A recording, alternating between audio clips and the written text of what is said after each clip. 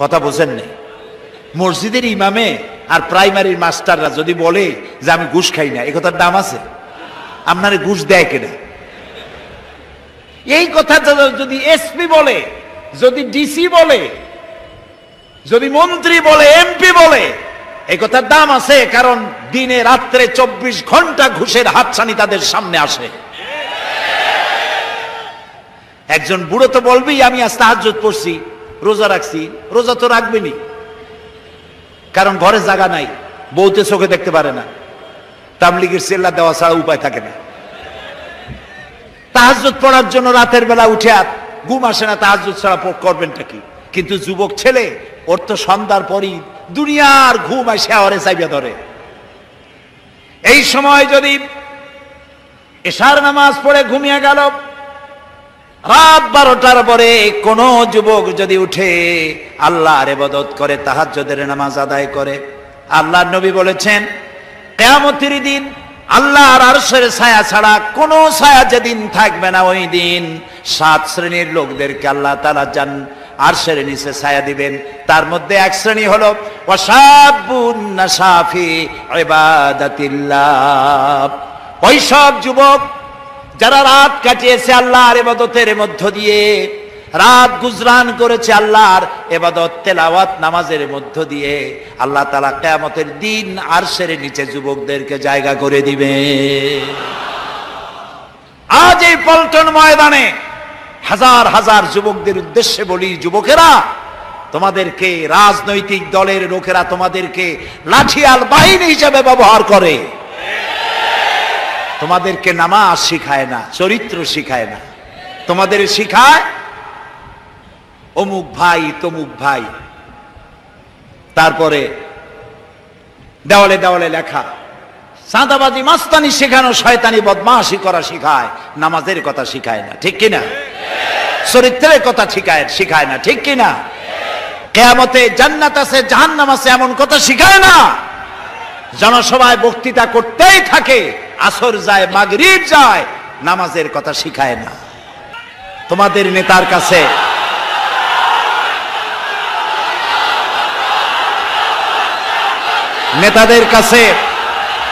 নেতাদের কাছে এই প্রশ্ন করা উচিত, নেতাদের কাছে এই প্রশ্ন করা উচিত, তোমার বাপের নামে দাদার নামে রাজনীতির নামে হাজারে স্লোগান আমাদের দিয়ে দেওয়াও, কিন্তু এই বিশাল আকাশটার মালিক, আমার জীবনের মালিক আল্লাহর নামে স্লোগান দিতে পারি না কেন?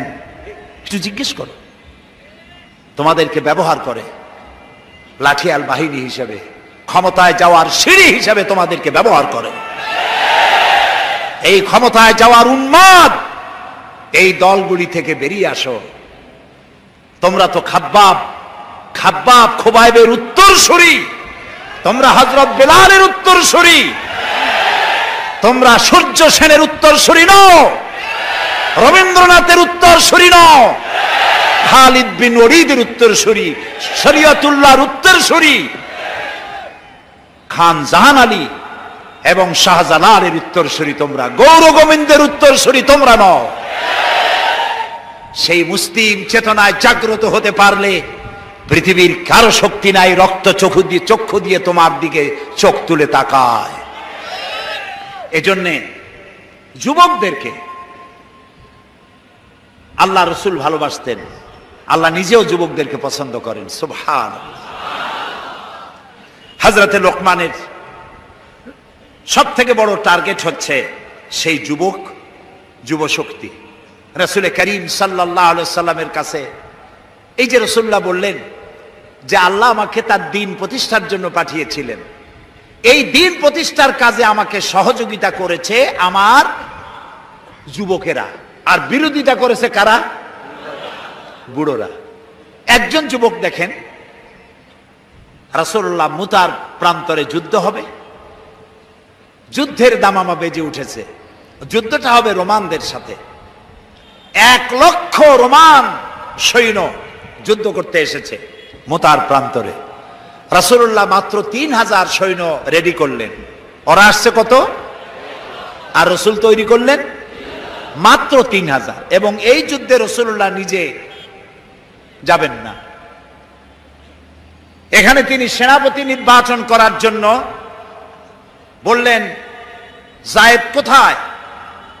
যায়েদ দাঁড়িয়ে গেলেন, রাসূলুল্লাহ, ইয়া রাসূলুল্লাহ, আমি হাজির। রাসূলুল্লাহ বললেন, জাফর কোথায়? তিনি বললেন, লাব্বাইক ওয়া সাদাইক, চাচাতো ভাই জাফর, সব যুবক, আমি হাজির। রাসূলুল্লাহ প্রশ্ন করলেন, আব্দুল্লাহ ইবনে রাওয়াহা কোথায়? তিনি বললেন, লাব্বাইক ওয়া সাদাইক, আমরা হাজির। রাসূলুল্লাহ বললেন, যায়েদ হবে প্রথম সেনাপতি, তারপরে জাফর, এরপরে আব্দুল্লাহ বিন রাওয়াহা। যুদ্ধের সেনাপতি লাগে কয়জন? রাসূলুল্লাহ বানাইলো কয়জন? 3 জন। বুঝতে পারলেন, তিনি সেখানেই সিদ্ধান্ত নিলেন, এই 3 জনও যদি না থাকে তাহলে চতুর্থ তোমরা মাঠে আর একজন বানাই নিও। তাহলে এর দ্বারা বোঝা গেল যে 3 জন শহীদ হয়ে যাবে। রাসূলুল্লাহ বলছেন, সুবহানাল্লাহ বলেন। 3 জন শহীদ হবেন, কোনো সন্দেহ নাই, বুঝতে কারো বাকি নেই। রাসূলুল্লাহ বললেন, তোমরা যাও, 3 জন গিয়ে তোমরা তোমাদের মা বাবা স্ত্রীর কাছ থেকে বিদায় নিয়ে আসো। সুবহানাল্লাহ। হযরতে যায়েদ বললেন, ইয়া রাসূলুল্লাহ, আমার তো আর যাওয়ার জায়গা নাই, আপনি আমার পিতা, হযরত আয়েশা আমার মা, আপনি নির্দেশ করেছেন, সামি'না ওয়া আতানা, শুনছি এবং আমার মাথাকে অবনত করে দিলাম আপনার হুকুমের সামনে। হযরতে জাফর চলে গেলেন নিজের বাড়িতে, স্ত্রীকে ডেকে বললেন, স্ত্রী, রাসূলুল্লাহ আমাকে নির্দেশ করেছেন মুতার প্রান্তরে যুদ্ধে যাওয়ার জন্য, আমি চলে যাব, তোমার কাছে বলতে এলাম। রাসূলুল্লাহ নির্দেশ না করলে বলতেও আসতাম না। আমি যদি শহীদ হয়ে যাই, আমি যদি আর না ফিরি, আমার সন্তানগুলিকে আমার রাস্তায়ও, এই রাস্তায়, দ্বীনের রাস্তায় তাদেরকে তৈরি করবে। স্ত্রী বলছেন, হে আমার স্বামী, রাসূলুল্লাহ নির্দেশ করেছেন জিহাদের ময়দানে যাওয়ার জন্য, আমি আপনাকে বাধা দেওয়ার হিম্মত রাখি না, তবে আমি আল্লাহর কাছে হাত তুলে বলি। তিনি দোয়া করতে লাগলেন, রব্বুল আলামিন, আমার স্বামী রাসূলুল্লাহর নির্দেশে জিহাদের ময়দানে যেতেছেন, তুমি মেহেরবানি করে আমার স্বামীকে জিহাদের গাজী বানায়া আমার কাছে ফিরাইয়া দিও। হযরতে জাফর তরবারিটা খাপের মধ্য থেকে বের করে তরবারির উল্টা দিক দিয়া স্ত্রীর মোনাজাত করা অবস্থায় তার হাতের উপরে মৃদু আঘাত করলেন আর বললেন, স্ত্রী হাত নামাও, উল্টা দোয়া করো না। রাসূলুল্লাহ আমার নাম 2য় নম্বরে বলেছেন, আমার আগেও একজন আছে, পরেও একজন আছে, মুতার প্রান্তরে আমি যে শহীদ হব তাতে কোনো সন্দেহ নাই। উল্টা দোয়া করো না, বরং আমার শাহাদাত মঞ্জুরের জন্য দোয়া করো, আর এই আমার সন্তানগুলিকে দ্বীনের রাস্তায় পরিচালিত করো। আর আমি তোমার কোনো হক আদায় করতে পারি নাই, আমারে মাফ করে দিও। হযরতে জাফর সালাম দিয়ে চললেন, পিছনে স্ত্রী কাটা কবুতরের মতো ছটফট করছেন, আর ছোট ছোট বাচ্চারা পিছনে দৌড়াচ্ছে, আব্বা আব্বা বলে কাঁদতেছে। হযরতে জাফর পিছনের দিকে একবার ফিরে তাকায়, দেখলেন না কে কান্দে কে দৌড়ায়। যুবক আব্দুল্লাহ বিন রাওয়াহা, তিনি নতুন বিবাহ করেছেন, আজকের রাত তার বাসর সজ্জার রাত। রাসূলুল্লাহ হুকুম করেছেন জিহাদে যেতে হবে। তিনি চলে গেলেন নিজের বাড়িতে। বাড়ি গিয়ে শুনতে পান রাতের বেলায় স্ত্রী তেলাওয়াত করতেছেন কোরআনে কারীম। হযরতে আব্দুল্লাহ বলছেন, স্ত্রী একটু কোরআন পড়া বন্ধ করো, আমার কথা শোনো। আল্লাহর নবী আমাকে জিহাদের জন্য যাওয়ার জন্য আমাকে নির্দেশ করেছেন, আমি জিহাদে চলে যাচ্ছি। তোমার সঙ্গে বিবাহ হয়েছিল, আমি তোমার কোনো হক আদায় করতে পারি নাই, এজন্য আমারে তুমি মাফ করে দিও। স্ত্রী বলল, প্রাণের স্বামী, আমি শুনেছি এই মদিনায় আপনি সুপুরুষ, এক সুদর্শন যুবক, প্রাণ ভরে একবার দেখতেও পারি নাই, আপনি একবার আমার রুমের ভিতরে আসেন, আপনার চেহারাটা আমি একটু দেখে নেই। স্বামী বললেন, আমি তোমার রুমে ঢুকবো না, আমি তোমার রুমের ভিতরে যাব না, আমি এখনই যুদ্ধে রওনা করব। স্ত্রী বলছেন, প্রাণের স্বামী, রুমের ভিতরে প্রবেশ করলে পরে আমি কোনো প্রেম নিবেদন করব না, শুধু একবার চেহারাটা ভালো করে দেখে রাখতে চাই, কারণ কিয়ামতের ময়দানে আমি যেন আপনাকে স্বামী বলে চিনে নিতে পারি। হযরত আব্দুল্লাহ বলছেন, প্রিয়তমা স্ত্রী শোনো, যদি তোমার এই ধারণাই হয়, এই নিয়ত যদি থাকে, আর আমার শাহাদাতের পরে যদি তুমি সবর করতে পারো, আমাকে আর দেখার দরকার নাই। আল্লাহ যদি আমার শাহাদাত মঞ্জুর করেন, তাহলে কিয়ামতের দিন জান্নাতের ভেতরে তোমাকে আমাকে স্বামী স্ত্রী হিসাবে আল্লাহই পরিচয় করাইয়া দিবে। হযরত আব্দুল্লাহ চলে গেলেন জিহাদের ময়দানে। যুদ্ধ শুরু হয়ে গেল। 3000 সৈন্য রাসূলুল্লাহর পাঠানো সাহাবীদের প্রচন্ড আক্রমণে রোমান সৈন্যরা পালায়ে কুল পাচ্ছে না। হযরতে যায়েদ শহীদ হলেন। হযরতে জাফর, তার ডান হাত কাটা গেল, তার বাম হাত কাটা গেল, এবার ঝুলন্ত, হাত কাটা, পা কাটা, এই অবস্থায় তিনি পড়ে আছেন। হযরতে আব্দুল্লাহ বিন রাওয়াহা তিনি ছুটে গেলেন তরবারি ধরার জন্য, তিনি ছুটে গেলেন ইসলামের পতাকা ধারণ করার জন্য। কাছে গিয়ে দেখেন কে যেন পতাকা উঁচু করে রেখেছে। কাছে গিয়ে দেখেন হযরতে জাফর হাত কাটা দুদিকে পড়ে আছে, পা কাটা দুদিকে পড়ে আছে, শূন্য মাথাটা তার। হযরতে জাফরের শূন্য মাথা ইসলামের পতাকা ধরে কামড়ে ধরে উঁচু করে রেখে দিয়েছে। হযরতে জাফর শাহাদাতের সময় বলেছিলেন, ও আমার রাসূলের সাহাবীরা, আল্লাহ রাসূলকে আমার বিদায় সালাম আরজ করে দিও। আমি এখন আমার নাকের ভিতরে জান্নাতের সুঘ্রাণ পেতেছি, আমার মনে হয় এখনই আমার শাহাদাত নসিব হয়ে যাবে। হযরতে আব্দুল্লাহ হযরতে জাফরকে দাফন কাফন করে তাকে শোয়া দিলেন মাটির ভিতরে। রাতের বেলায় স্বপ্নে দেখে হযরত জাফর ফেরেশতাদের সাথে ঘুরে বেড়াতেছে। হযরতে আব্দুল্লাহ জিজ্ঞেস করেন, স্বপ্নের ভিতরে হযরতে আবু হুরায়রা স্বপ্নে দেখতেছিলেন রাসূলুল্লাহ সাহাবী হযরতে জাফর ফেরেশতাদের সাথে ঘুরে বেড়াচ্ছে। তিনি প্রশ্ন করলেন, ও জাফর, তোমার শাহাদাতের পরে আল্লাহ তোমার সাথে কি ব্যবহার করেছেন? হযরতে জাফর বলেন, আল্লাহ তাআলা আমাকে জান্নাতের নাজ ও নিয়ামত দিয়ে আমাকে জিজ্ঞাসা করেছেন, তুমি আর কি চাও? আমি বলেছি, রব্বুল আলামিন কিচ্ছু চাই না, জমিনে আর একবার পাঠাও তোমার দ্বীনকে প্রতিষ্ঠার জন্য, তোমার দ্বীনের রাস্তায় আর একবার জীবন দিয়ে আসি। যুবকদের জন্য আল্লাহ তাআলা যুবকদেরকে ভালোবাসেন, আল্লাহর নবী যুবকদেরকে ভালোবাসেন। সেই যুবকদেরকে টার্গেট করেছেন হযরতে লোকমান। তাই আল্লাহ তাআলা লোকমানের নসিহতকে পছন্দ করে কোরআনের মধ্যে জায়গা করে দিয়েছে। এই নসিহত থেকে আমাদেরকেও শিক্ষা নিতে হবে। কোরআনে কারীম আল্লাহ তাআলা বলছেন, ওয়া আনজির আশিরাতাকাল আকরাবিন, তোমার নিকটবর্তী যারা তাদেরকে তুমি, তোমার সন্তান সন্ততি তাদেরকে সতর্ক করো, জাহান্নামের আগুন থেকে তাদেরকে রক্ষা করো, আল্লাহর দিকে আহ্বান করো।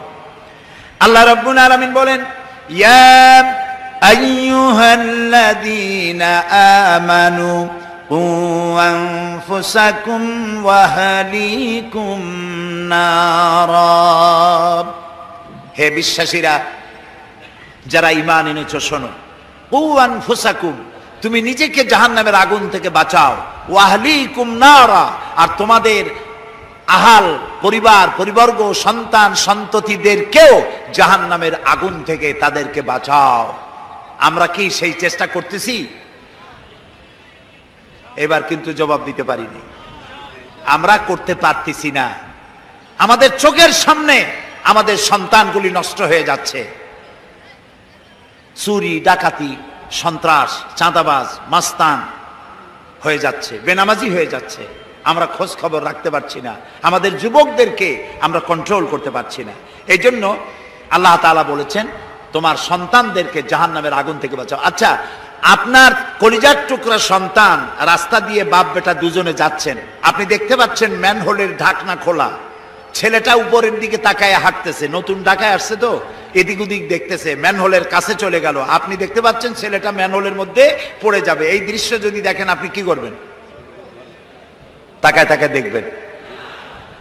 ম্যানহোল না, যদি দেখেন আগুনে পড়তেছে, পানিতে পড়তেছে, নিজের জীবন বিপন্ন করে আপনি তাকে বুকের সাথে আঁকড়ে ধরবেন, ঠিক কিনা বলেন? তো আপনার চোখের সামনে আপনার ছেলে নামাজ পড়ে না, আমার ছেলে নামাজ পড়ে না, ধরেন ছেলে নামাজ পড়ছে না, রোজা রাখছে না, চরিত্র নাই, ঈমান নাই, নষ্ট হয়ে যাচ্ছে, অথচ জাহান্নাম থেকে ফিরাবার জন্য আমরা চেষ্টা পাচ্ছি না। আল্লাহ তাআলা আমাদেরকে সতর্ক করে দিচ্ছেন, নিজে জাহান্নামের আগুন থেকে বাঁচো আর সন্তানদেরকে জাহান্নামের আগুন থেকে বাঁচাও। হযরতে লোকমান তিনি তার সন্তানকে ডেকে বলছেন, কত বড় নসিহত লক্ষ্য করেন। সন্তানকে ডেকে বলছেন, ইয়া বুনাইয়া, হে কলিজার টুকরা সন্তান, ইন্নাহা ইন তাকু মিসকালা হাব্বাতিন মিন খারদালিন, তোমার জীবনের কোনো একটি আমল তা যদি সরিষার দানা পরিমাণ হয়। হযরত লোকমান যখন এসেছিলেন তখন পৃথিবীটা বিজ্ঞানের যুগ ছিল না। নবী করিম সাল্লাল্লাহু আলাইহি সাল্লাম বিজ্ঞানের যুগে আসেন নাই, কিন্তু তারপরে আর কোন নবী আসবেন না বলে আল্লাহ তাআলা সরিষার দানার কথা ব্যবহার করেন নাই, জাররা শব্দ ব্যবহার করেছেন। জাররা হচ্ছে পরমাণু, অণু, পরমাণু পরিমাণ। ফামাইয়া আমাল মিসকালা জাররাতিন শাররান ইয়ারা ওয়া মান ইয়ামাল মিসকালা জাররাতিন শাররান, প্রথমটা খায়রান ইয়ারা। তো এখানে আল্লাহ তাআলা জাররা শব্দ ব্যবহার করেছেন, যেহেতু এখন বিজ্ঞানের যুগ, আর আল্লাহ তাআলার কাছে সবটাই, সমস্ত কাল হলো বর্তমান কাল, অতীত ভবিষ্যৎ বলে কোনো কাল নাই। এই জন্য নূহ আলাইহিস সালামের যুগটা ছিল বৈজ্ঞানিক যুগ, ছিল না হযরতে লোকমানের সময়। তাই আল্লাহ তাআলা সে সময় সরিষা পাওয়া যেত, সরিষার কথা বলেছেন। এখন তো অণু পরমাণু দিয়ে অ্যাটম বোমা তৈরি করা হয়, বিভিন্ন মারণাস্ত্র তৈরি হয়, সামান্য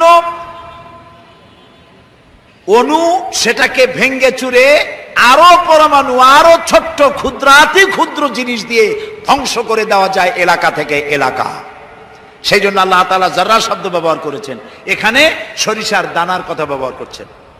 আল্লাহ তাআলা বলেন, হযরত লোকমান বলছেন, ও আমার প্রিয় সন্তান, যদি তোমার কোন সরিষা পরিমাণ আমলও যদি পাথরের ভিতরে কোথাও লুকিয়ে থাকে, মহাশূন্যে যদি হারিয়ে যায়, মরুভূমির ভিতরে যদি হারিয়ে যায়, আকাশ এবং পৃথিবীতে কোথাও যদি তা লুকিয়ে থাকে, অবশ্যই আল্লাহ রাব্বুল আলামিন কিয়ামতের দিন তা উপস্থিত করবেন। কত বড় কথা! সরিষার দানা পরিমাণ আমল যদি আল্লাহ কিয়ামতে উঠান, জেনা, ব্যভিচার, মদ, জুয়া, এই সমস্ত বড় বড় পাপ আল্লাহ দেখাইতে পারবেন না? সন্তানকে কিভাবে নসিহত করতে হয়, সন্তানকে গুলশানে 4টা বাড়ি রেখে যাওয়া, ব্যাংকে হাজার হাজার কোটি টাকা ব্যাংক ব্যালেন্স রেখে যাওয়া সন্তানের জন্য কল্যাণকর নয়। রাসূলুল্লাহ বলেছেন, মাতা পিতার পক্ষ থেকে সন্তানকে ইলম শিক্ষা দেওয়া, আদব শিক্ষা দেওয়ার চাইতে উত্তম উপহার মা বাপের পক্ষ থেকে সন্তানের জন্য দেওয়ার আর কিছুই নাই। হযরতে আলী রাদিয়াল্লাহু তাআলা আনহু বলছেন, লাইসাল ইয়াতীমুল্লাযী ক্বাদ মাতা ওয়ালিদুহু বালিল ইয়াতীমু ইয়াতীমুল ইলমি ওয়াল আদাবি। যার বাপ মা মারা গেছে, যার পিতা মারা গেল, সেই প্রকৃত এতিম নয়। প্রকৃত এতিম হচ্ছে যার কাছে কোরআন হাদিসের জ্ঞান নাই আর আদব নাই। যে সন্তানকে যদি পিতামাতা আদব শিখাতে না পারে, ইলম দিতে না পারে, তাহলে পিতা বেঁচে থাকতেই সেই সন্তান সে এতিম বানায় গেল, সে কিছুই শিখলো না।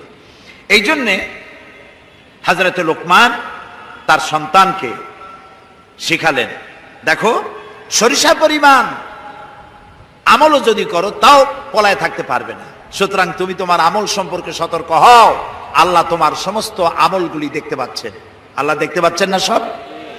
আল্লাহ রাব্বুল আলামিন বলেন, وَيَعْلَمُ مَا فِي الْبَرِّ وَالْبَحْرِ وَمَا تَسْقُطُ مِنْ وَرَقَةٍ إِلَّا يَعْلَمُهَا। এই পৃথিবীতে যদি কোনো একটি সমুদ্রের মধ্যে কি হয়, স্থলভাবে কি হয়, আল্লাহ রাব্বুল আলামিন বলেন আমি জানি। শুধু তাই নয়, পৃথিবীর কোনো একটি গাছের পাতা যদি পড়ে যায়, তাহলে কোন দেশের কোন গাছের কোন পাতাটি পড়েছে আমি আল্লাহ রাব্বুল আলামিনের দরবারে তার খবর হয়ে যায়। এই কথা যদি পিতা মাতা সন্তানদেরকে কাছে নিয়ে যদি বলে, বাবা জেনা, ব্যভিচার, মদ, জুয়া, শয়তানি, চাঁদাবাজি, মাস্তানি এগুলি করবা না। এগুলি একদিন মরা লাগবে, আল্লাহর কাছে হিসাব দিতে হবে। মা বাবা যদি বলতো এরকম, সন্তানগুলি ভালো হইতো। ঠিক কিনা কোন? জোরে বলেন ঠিক কিনা? প্রিয় ভাই সব, কোরআনে কারীমের অসংখ্য আয়াতের মধ্য থেকে একটি আয়াত যদি আমরা মনে প্রাণে বিশ্বাস করতে পারতাম, আমল করতে পারতাম, আমাদের চরিত্র ভালো হয়ে যেত। আল্লাহ রাব্বুল আলামিন বলেন, মা ইয়াকুনু মিন নাজওয়া সালাসাতিন ইল্লা হুয়া রাবিউহুম ওয়ালা খামসাতিন ইল্লা হুয়া সাদিসুহুম।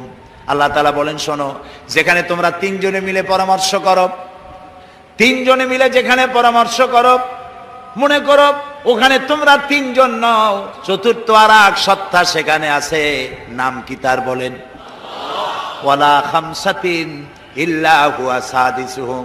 যেখানে পাঁচজন তোমরা পরামর্শ করো, সেখানে ষষ্ঠ আর এক সত্তা আছে, তার নাম কি?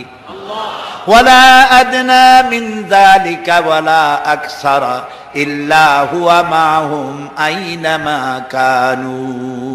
এর থেকে সংখ্যায় যদি কম হও, এর থেকে সংখ্যায় যদি বেশি হও, তুমি যেখানে, আমি আল্লাহ সেখানে। সুবহানাল্লাহ।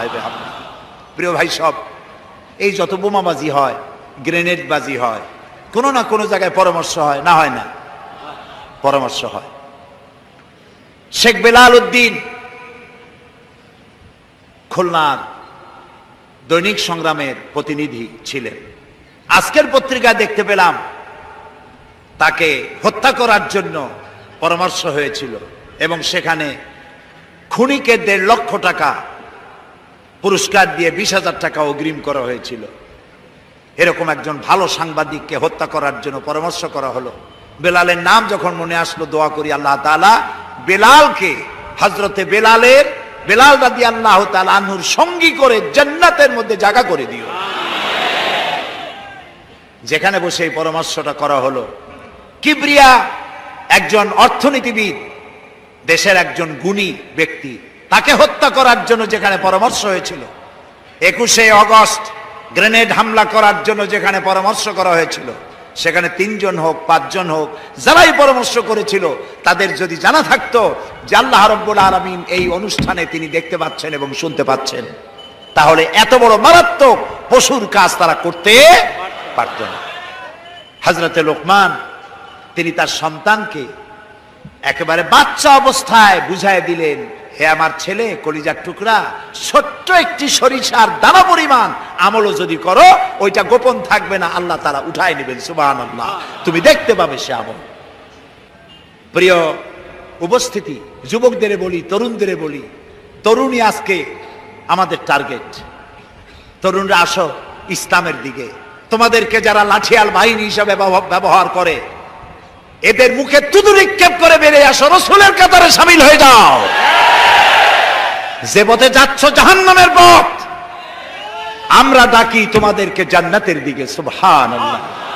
প্রিয় ভাই সব, আমি আপনাদের খেদমতে আরজ করব, হযরতে লোকমানের এই তৃতীয় নসিহতের শেষ অংশটি করেই আমরা আপনাদের সামনে যে কথা বলতে চাই তা হলো, হযরতে লোকমান বলছেন, ওয়া'মুর বিল মারুফি ওয়ানহা আনিল মুনকার। ভালো কাজের আদেশ দাও, অন্যায় কাজ থেকে মানুষকে বিরত রাখো। সুবহানাল্লাহ বলেন, সবাই বলেন সুবহানাল্লাহ। ভালো কাজের আদেশ দাও। ভালো কাজের আদেশ দেওয়া। আজকে হলো মুহররম মাস, আজকে কি?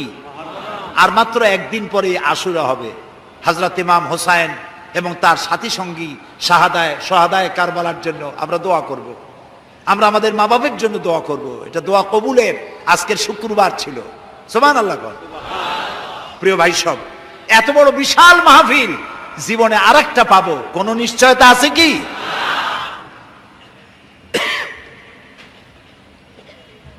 3 নম্বর নসিহতের শেষ অংশ হচ্ছে, হে প্রিয় বৎস, ভালো কাজের আদেশ করবা আর অন্যায় কাজের বিরোধিতা করবা। ভালো কাজের আদেশ আমরা এখন ভুলে গেছি, করি না। অন্যায় কাজ থেকেও মানুষকে ফিরায় রাখি না। অন্যায় চোখের সামনে হয়, তাও আমরা প্রতিবাদ করি না। এই প্রতিবাদী কণ্ঠ হতে হবে আমাদের।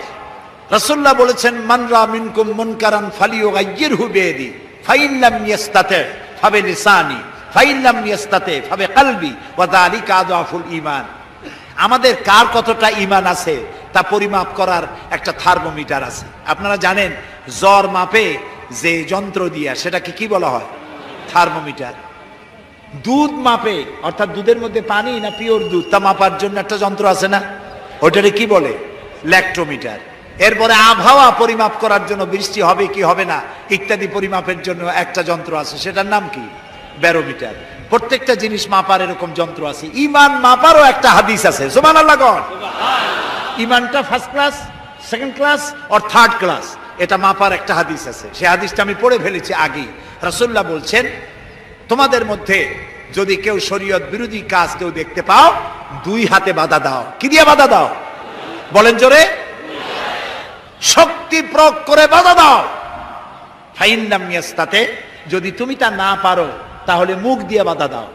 ফাইন লাম ইয়াস্তাতি, যদি তাও না পারো অন্তরে অন্তরে ঘৃণা করো। তবে অন্তরে অন্তরে ঘৃণা করে চুপ করে বসে থাকলে হবে না, মনে মনে ঘৃণা করে হোমওয়ার্ক করতে হবে।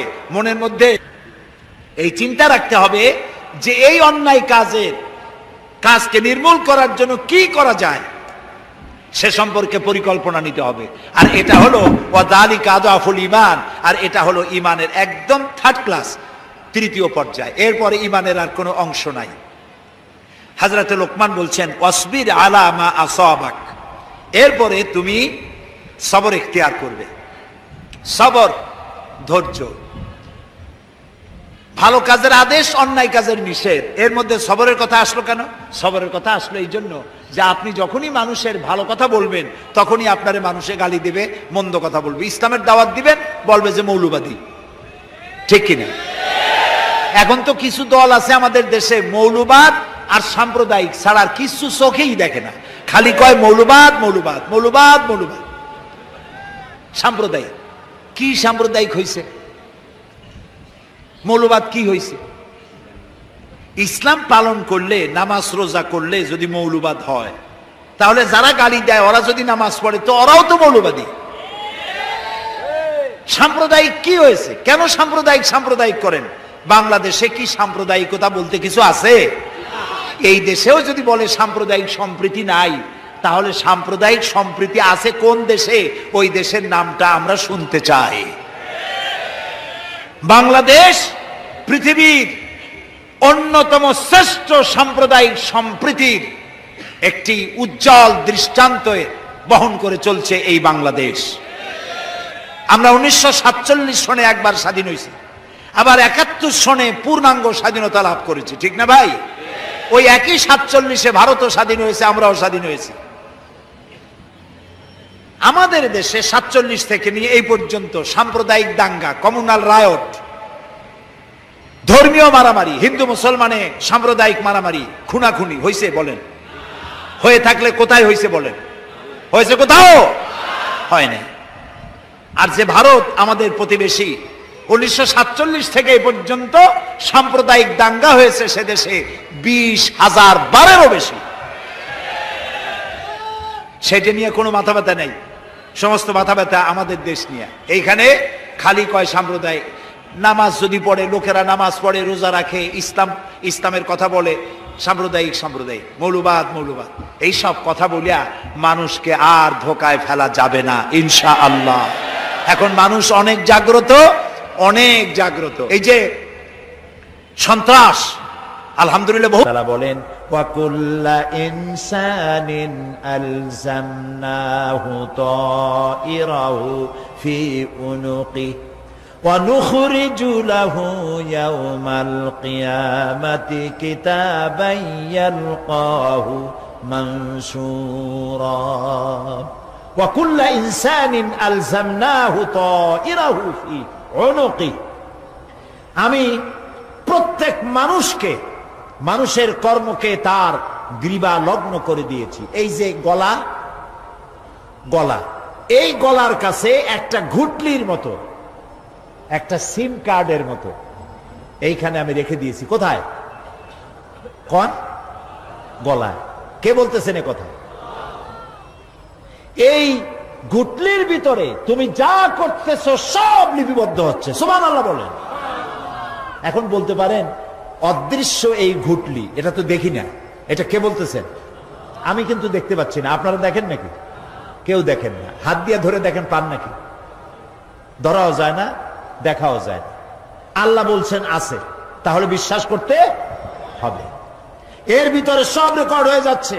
আপনি বলবেন এতটুকুন ঘুটলির মধ্যে, তাবিজের মধ্যে আমার সারা জীবনের সব কথার সব কাজ ঢোকে কেমনে? কেমনে লেখা হয়? তাহলে পাল্টা প্রশ্ন করি, আপনার মোবাইলের সিম কার্ডে এত ফোন নাম্বার, এত ইমেল, এত কি বলে, এত টেক্সট, এত কিছু, আপনার আরো কি জানি আছে, মেসেজ দেওয়াটা হাবিজাবি আছে না, অনেক কিছু খুশি সুদ্ধা, এগুলো কেমনে হয়? ছোট্ট একটা সিম কার্ডের মধ্যে কেমনে হয়? শত শত টেলিফোন নাম্বারের মধ্যে ঢুকে যায়। আমার একটা টেলিফোন দিয়ে মোবাইল দিল, কোথা থেকে দিল? লিসবন।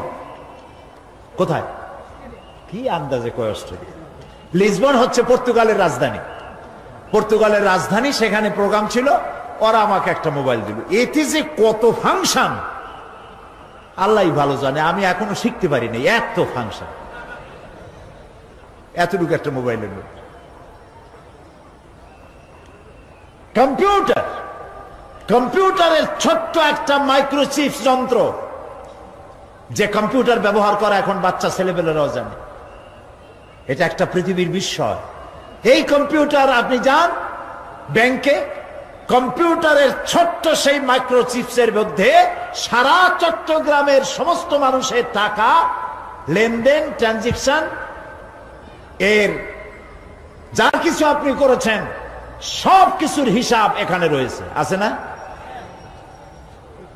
তাহলে এতটুকুন একটা মাইক্রোচিপসের মধ্যে এত সহস্র কোটি কোটি টাকার হিসাবপত্র, লেনদেন, এই ছোট্ট জিনিসের মধ্যে ঢুকাবার মতো জ্ঞান মানুষের মাথায় দিছে কে? বলেন কে? সেই আল্লাহই তো গলায় ঝুলায় রাখছে। তাহলে এটা সম্ভব না? সম্ভব কি না? সম্ভব। এখন এই কথাগুলি বলে আল্লাহ মানুষের ক্ষতি করছেন না উপকার করছেন? উপকার করেছেন। এইটা যদি আমার বিশ্বাসে থাকে যে আমার গলার কাছে এরকম একটা সিম কার্ড আছে, একটা সিম আছে মোবাইলের মতো, এটা মনে করেন মোবাইলের একটা সিম গলায় ঝুলানো আছে, এটা সব উঠতেছে, যা বলেন তাই ওঠে, যা করেন তাই ওখানে লেখা হয়। সুবহানাল্লাহ। এই বিশ্বাস যদি আমার হয়, আমি ভালো মানুষ হয়ে যেতে পারবো। সুবহানাল্লাহ বলে। আমি খারাপ কাজ করতেই পারবো না। এই জন্য আল্লাহ পরকালের এই কথাগুলি কোরআনে কারীমের মধ্যে এত বেশি করে বলেছেন। মানুষের চরিত্রবান হওয়ার জন্য আল্লাহর ভয়, পরকালে বিশ্বাস, এর থেকে বড় ওষুধ পৃথিবীতে আর নাই। সব লেখা হচ্ছে। মানুষ বিশ্বাস করে না, এ হলো মূল কথা। যতক্ষণ মাহফিলে থাকে কেমন লাগে? এই যে বসে আছেন ঘন্টার পর ঘন্টা, কেমন লাগে? কোন বেহেশতের মতো। বাড়ির কথা মনে আছে এখন? বউর কথা মনে ওঠে? ছেলে মেয়ের কথা মনে ওঠে? সুবহানাল্লাহ কইতে ইচ্ছা করে না? মাজালিসুল ইলম হিয়া রাউযাতুম মিন রিয়াদিল জান্নাহ। এখানে ইলম আলোচনা করা হচ্ছে, কোরআন আলোচনা করা হচ্ছে। এটা তো রজবালি প্যারেড ময়দান নয়, এটা জান্নাতের টুকরা হয়ে গিয়েছে। বেহেশতের বাগানে বসে আছেন। বেহেশতে মানুষেরা দুনিয়ার কথা চিন্তা করবে না। দুনিয়া কি? এটা একটা পায়খানা। এখানে আসছিল ওই পায়খানা করার জন্য, এটা পায়খানা। আর মানুষেরা পায়খানা সাজাবার কাজে ব্যস্ত আছে, আসল ঘর ভুলে গেছে। আসল ঘর কোনটা? প্রিয় ভাই, সব মানুষ বোঝে না, ভুলে যায়। সিগারেটের প্রত্যেকটা প্যাকেটে লেখা থাকে ইহা স্বাস্থ্যের জন্য ক্ষতিকর, তারপরেও কি টানা টানে দেখছেন? বিশ্বাস করেন, গা সহ হয়ে গেছে। এই আমলনামা তৈরি হচ্ছে, হঠাৎ করে কিয়ামতে বানায় দেওয়া হবে না। আপনার আমার বডির সাথে লাগানো ওই সিম কার্ডে সব লেখা হয়ে যাচ্ছে। কিয়ামতের দিন এগুলি হাতে দেওয়া হবে, আর আল্লাহ তাআলা বলবেন, ইকরা কিতাবাকা কাফা বিনাফসিকাল ইয়াউমা আলাইকা হাসিবা। ইকরা কিতাবাক, তাকে বলা হবে এবার তুমি পড়ো। কাফা বিনাফসিকাল ইয়াউমা আলাইকা হাসিবা, তোমার এই কিতাব পড়ো, আর তোমার এই হিসাব গ্রহণ করার জন্য কিতাবটা ভালো করে পড়ো। তোমার নিজের হিসাব নেওয়ার জন্য তুমি নিজেই যথেষ্ট। তুমি দোজখে যাবা না বেহেশতে যাবা, তুমি নিজেই সিদ্ধান্ত নাও কোথায় যাবা। তোমার নিজের কি করছিলা এখন তুমি দেখো। এই জন্য আমি বলি মাঝে মধ্যে আমরা এখনো হিসাব করতে পারি এখানে বসে আমাদের কি হওয়া উচিত। ছোটবেলার কথা মনে আছে? নাই, মনে নাই? এই যে স্কুল থেকে পলাইছিলেন, তারপরে 2 দিন পর স্কুলে গিয়ে হাজির হয়েছেন, মাস্টার জিজ্ঞেস করলো গতকাল আসো নাই কেন? তখন বললেন মা বলেছেন আমার নাকি পেটে ব্যথা হয়েছিল।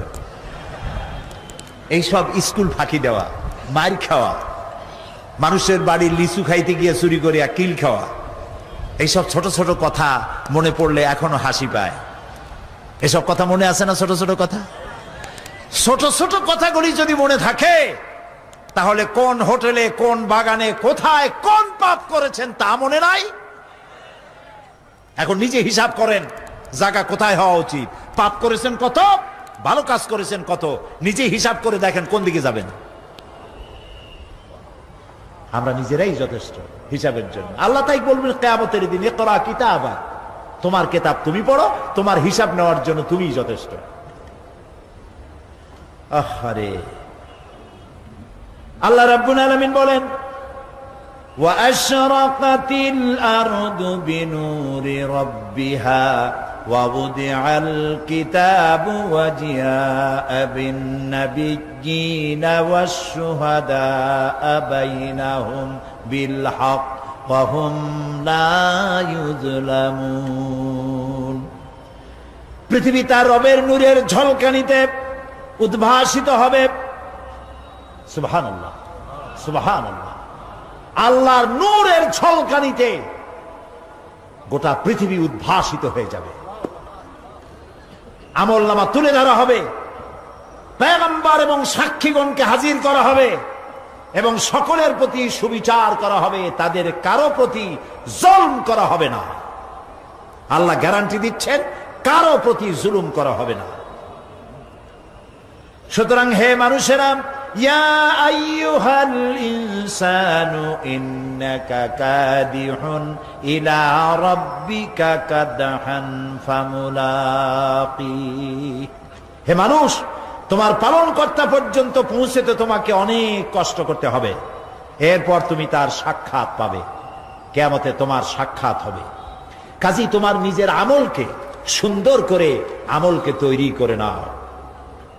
فَأَمَّا مَنْ أُوتِيَ كِتَابَهُ بِيَمِينِهِ فَسَوْفَ يُحَاسَبُ حِسَابًا يَسِيرًا وَيَنْقَلِبُ إِلَى أَهْلِهِ مسرورا। সুবহানাল্লাহ, সুবহানাল্লাহ। যার ডান হাতে আমলনামা দেওয়া হবে, কিয়ামতের দিন আমলনামাগুলি উড়িয়ে দেওয়া হবে। ইমানদারের সামনে থেকে কোন হাতে, আর বেঈমানের পিছন থেকে বাম হাতে। এই আমলনামা যখন যার ডান হাতে আমলনামা পৌঁছে যাবে, তার হিসাব নিকাশ সহজ হয়ে যাবে। আমলনামা হাতে করে আনন্দ চিত্তে সে আপন পরিবারের সঙ্গে মিলিত হতে পারবে। সুবহানাল্লাহ। আল্লাহ কিয়ামতের দিন দয়া করে আমাদের আমলনামা আমাদের ডান হাতে দিয়ে দিও। আল্লাহ তাআলা দয়া করে আমাদের হাতে, আমাদের ডান হাতে আমাদের আমলনামা দিও। দয়া করে আমাদের আমলনামা আমাদের ডান হাতে দিও। আনন্দ চিত্তে পরিবারের সঙ্গে দেখা করে সব পরিবার, মা বাপ, স্ত্রী পুত্র পরিজন, ভাই বোন, বন্ধু বান্ধব নিয়া এক জান্নাতে থাকার তৌফিক দিও। আয় আল্লাহ, বিগত 26 বছর যারাই মাহফিলে এসেছেন তাদেরকে নিয়ে এক জান্নাতে থাকার আমাদেরকে তৌফিক দিয়ে দিও। وَأَمَّا مَنْ أُوتِيَ كِتَابَهُ وَرَاءَ ظَهْرِهِ فَسَوْفَ يَدْعُو ثُبُورًا وَيَصْلَى سَعِيرًا। আর যার আমলনামা পিছন থেকে বাম হাতে আসবে, সে তো মৃত্যুকে আহ্বান করতে থাকবে, মৃত্যুকে ডাকবে। এর থেকে যদি মরে যেতে পারতাম তাও ভালো হইতো। তার আর উপায় থাকবে না, তার জায়গা হবে জাহান্নামে। নাউযুবিল্লাহ। আমরা সবাই বলি নাউযুবিল্লাহ। এরপরে আল্লাহ রাব্বুল আলামিন মিজান খাড়া করবেন, দাড়িপাল্লা। মিজান কি? দাড়িপাল্লা। ইনসাফ কি মুকদ্দাস তারাজু। ইনসাফের প্রতীক কি? তাও কইতে পারেন না, জোরে বল না। এটা হচ্ছে ইনসাফের প্রতীক। সুপ্রিম কোর্ট ঢাকা, সুপ্রিম কোর্টের সামনে বিশাল দাড়িপাল্লা টানানো, দেখছেন না?